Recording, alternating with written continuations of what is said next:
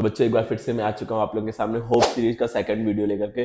First video हमने trigonometry पढ़ा था, उसके कुछ इंपॉर्टेंट क्वेश्चंस को सॉल्व किया था, और अब आज के वीडियो में हम लोग ट्राइंगल सॉल्व करेंगे। ट्राइंगल में बच्चों को बहुत ज्यादा प्रॉब्लम होती है समझने में, बहुत से क्वेश्चन नहीं समझ में आते, तो हम लोग धीरे धीरे क्वेश्चन सॉल्व करके कॉन्सेप्ट भी क्लियर करेंगे जो आपके नहीं हुए हैं, और 10 इंपॉर्टेंट क्वेश्चन हम ट्राइंगल के भी सॉल्व करने वाले हैं। चलिए शुरू करते हैं इस वीडियो को। सो बच्चों देखते हैं पहला क्वेश्चन। पहला थोड़ा इजी क्वेश्चन शुरू करेंगे ताकि आप लोग परेशान ना हो, ठीक है। इजी क्वेश्चन देखिए, इस तरह के क्वेश्चन लेकिन एग्जाम में जरूर आते हैं। इजी है बट आपको हल्के में नहीं लेना है। ये या तो एमसीक्यूज में आ सकता है या 2 मार्क्स वाले क्वेश्चन में आ सकता है, दोनों में से कुछ भी।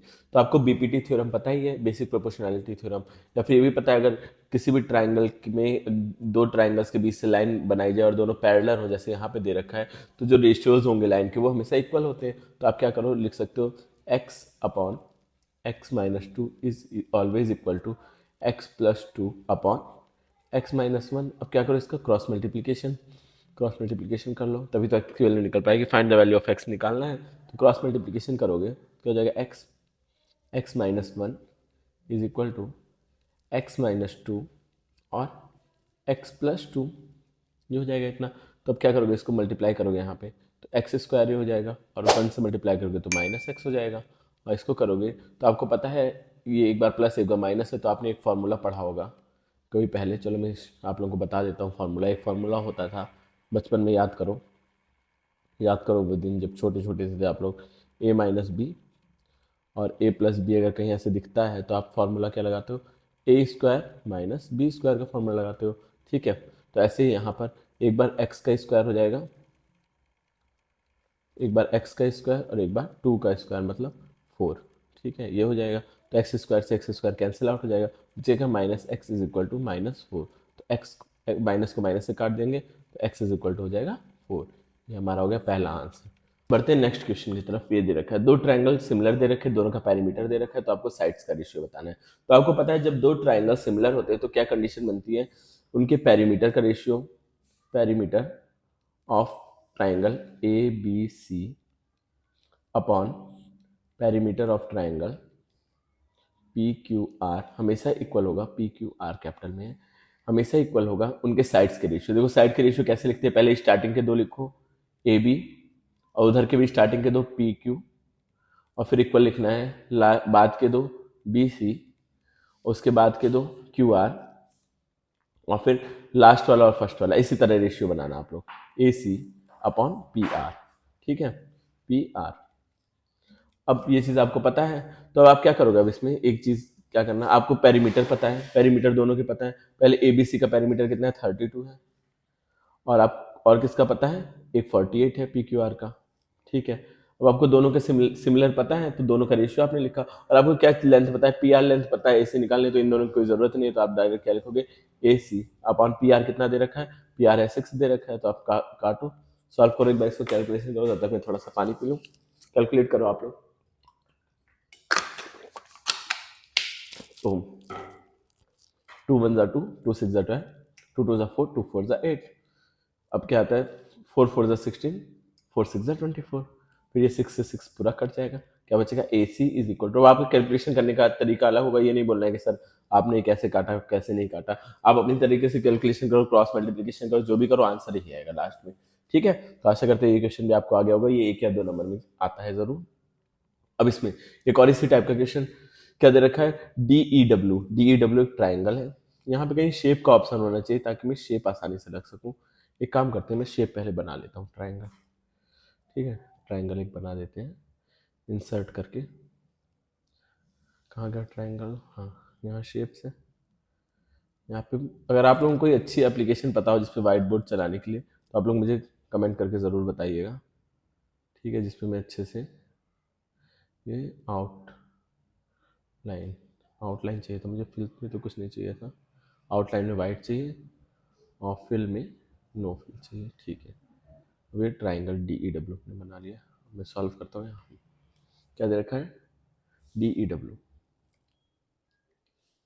ये डी ई डब्ल्यू, और ए बी जो है वो पैरेलल है ई डब्ल्यू के, मतलब यहाँ पे ए बी बना दो, ये जो ए बी है वो पैरेलल है। अब क्या दे रखा है, ए डी जो लेंथ है वो 4 दे रखी है, डी डब्ल्यू मतलब ये पूरा का पूरा 12 है, ये पूरा 12 है, और नहीं, डी ई 12 है, सॉरी, डी ई जो है वो 12 है, मतलब ये पूरा 12 है दिया हुआ, और जो डी डब्ल्यू है वो 24 है। तो आपको फाइंड करना है डी बी की लेंथ। ठीक है, बहुत आसान है, आराम से हो जाएगा। हम इसको क्या मान लेते हैं, इस वाले लेंथ को, इतना जो डी बी है उसको एक्स मान लेते हैं, तो ये कितना हो जाएगा 24 माइनस एक्स हो जाएगा, माइनस एक्स ये वाला पार्ट, ये जो छोटा सा पार्ट है डी डब्ल्यू। ठीक है, तो इसको अब सॉल्व करना जब शुरू करेंगे, आपको पता है सबका रेशियो इक्वल होता है। जब ये पैरेलल वाला आ गया क्राइटेरिया, सबके रेशियोज क्या हो जाएंगे, इक्वल हो जाएंगे, सारे साइड्स के रेशियो जो भी होता है। तो डी बी की आपको लेंथ फाइंड करना है, और क्या दे रखा है, डी ई दे रखा है, डी ई 12 दिया हुआ है, डी ई मतलब डी ई ये पूरा 12 है, ई डब्ल्यू में लगा दे रहा हूँ, पता नहीं क्यों गलतियाँ इतनी हो रही हैं। ये पूरा का पूरा दिया हुआ है 12, तो ये वाला जब 4 हो गया तो कितना बचा, 8 बचा, तो ये 8 हो जाएगा। तो आपको पता है D A upon A E is always equal to D B upon W B. अब आपने सब कुछ कर ही लिया है तैयारी, डी ए 4 है, ए ई 8 है, is always equal D B x है, और ये वाला क्या है 24 माइनस एक्स है। क्रॉस मल्टीप्लीकेशन करो, आंसर आ जाएगा तुरंत, ये हो जाएगा। इसको काट दो, 4 वन जा 4, 4 टू जा 8, अब 2 को उधर हो जाएगा, 2x is equal to 24 minus x. अब x को उधर भेज दो तो हो जाएगा 3x is equal to 24, then x is equal to 24 upon 3, 3 one जा 3, 3 में 24 कब आता है, देखो 3 8 जा 24, तो x की वैल्यू आ जाएगी 8, यही आंसर हो जाएगा आपका। ठीक है, हम नेक्स्ट क्वेश्चन की तरफ बढ़ते हैं। साइड, ये वाला आप लोगों को समझ में आया होगा, अगले क्वेश्चन की तरफ। Side A B and A C and the perimeter is P of triangle A B C is respectively 3 time corresponding side D E and D F and the perimeter P. ठीक है, अब क्या बता रहे हैं, दो सिमिलर ट्राइंगल हैं या फिर नहीं, ये आपको बताना है। ये बहुत ही सिंपल है, सिमिलर तो आप बता देंगे, side A B and A C and perimeter P. एक ट्राइंगल है जिसका साइड ए बी है, ए सी है, and perimeter P of triangle A B C specifically 3 times of side D E N. अच्छा, दो ट्राइंगल्स हैं, दो triangle है, the side A B and A C and the perimeter P of is respectively 3 times of corresponding side. अच्छा, ये वाला जो A B side है वो 3 टाइम्स है, ए बी जो है वो 3 टाइम्स है डी ई का, मतलब तो आप क्या लिख सकते हो, D E is equal to 3AB। ठीक है, इसका ये 3 टाइम्स है, तो हमने क्या किया, इसमें 3 से मल्टीप्लाई कर दिया, शिट सॉरी। हाँ, हम क्या रखेंगे, जो AB है वो 3 टाइम्स है, तो 3 से DE को मल्टीप्लाई कर दे, तो ये दोनों बराबर हो गए, एक ये बना इक्वेशन। इसको अगर थोड़ा सा और सॉल्व करेंगे तो क्या हो जाएगा, AB upon DE is equal to 3/1 बन गया ये चीज़। और अगला क्या दे रखा है, जो AC है, AC है वो भी क्या है, 3 टाइम्स ऑफ DF है, तो हम क्या कर सकते हैं, AC upon DF is equal to 3/1।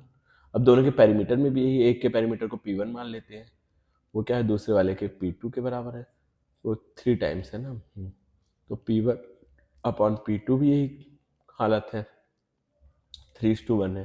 तो अब दोनों के रेशियो में अंतर बताना है, मतलब ये बताना है सिमिलर है कि नहीं। मैंने बताया था ना अभी पिछले क्वेश्चन में कि जब दो ट्राइंगल सिमिलर होते हैं तो उनके जो साइड्स का रेशियो होता है और जो उन लोगों के पेरीमीटर का रेशियो होता है सब इक्वल होता है। एक साइड का रेशियो, पेरीमीटर का रेशियो, सबका सब इक्वल आ रहा है, तो आप क्या लिखोगे, yes yes 2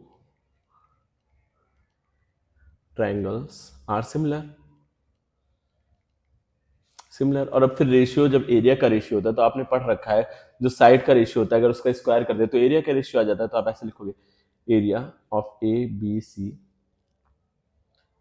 C upon area of D E F is equal to क्या हो जाएगा, 3, इसका स्क्वायर कर देंगे, साइड का स्क्वायर, तो 3 का स्क्वायर और 1 का स्क्वायर, तो 1 ही होता है, तो ये 9/1, तो 9:1 हो जाएगा इन दोनों का भी रेशियो। तो ये क्वेश्चन भी बहुत आसानी से सॉल्व हो गया।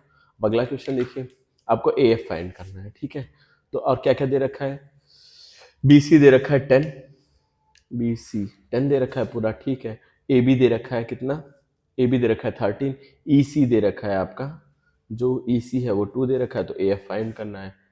ए एफ आसानी से फाइंड हो जाएगा, जैसे पिछला क्वेश्चन था वही सेम होगा, तो इसको हम लोग रिपीट भी नहीं करेंगे, ठीक है। बट एक क्वेश्चन इंपॉर्टेंट था इसलिए मैंने इसमें डाल दिया, बट रिपीट में दोबारा से इसको सॉल्व नहीं करेंगे। अब अगला ये जो इंपॉर्टेंट थोड़ा सा क्वेश्चन है इसको सॉल्व करेंगे।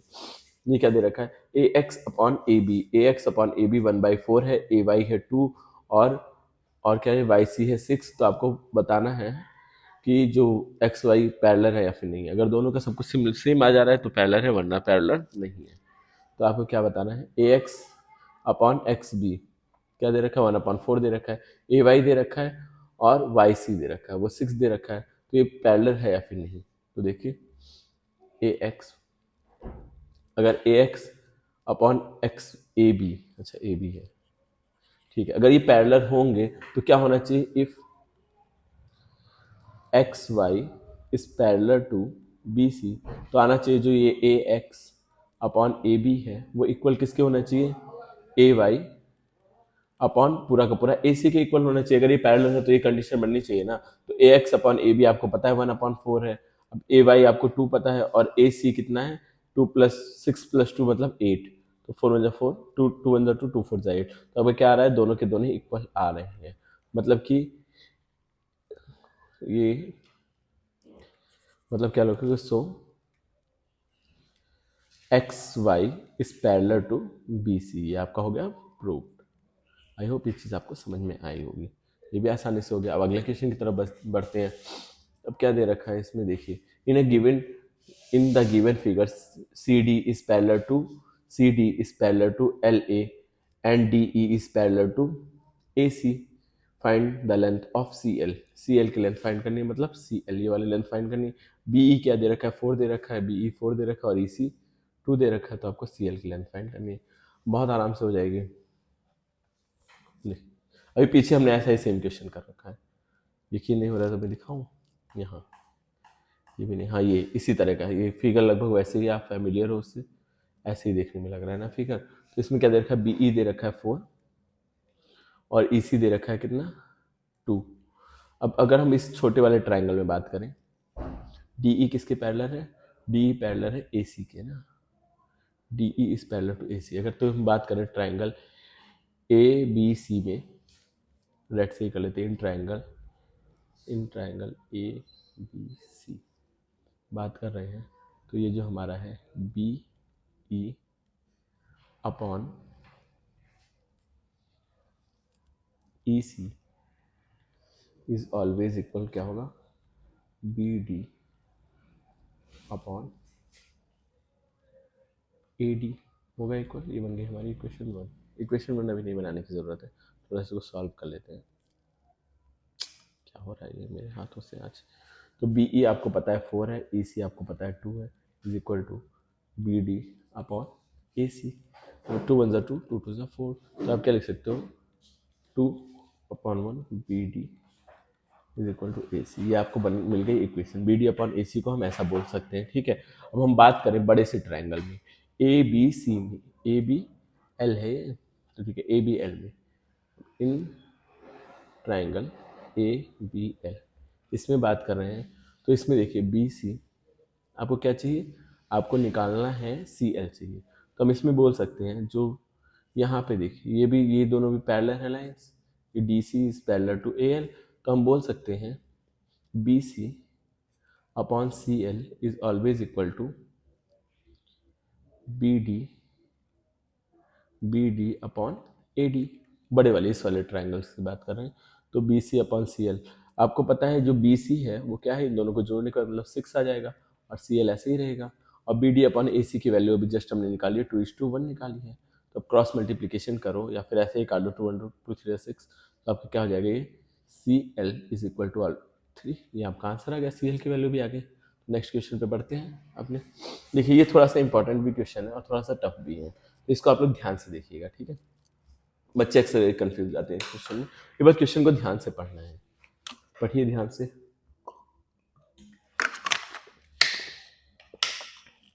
Prove that D F is parallel to O C.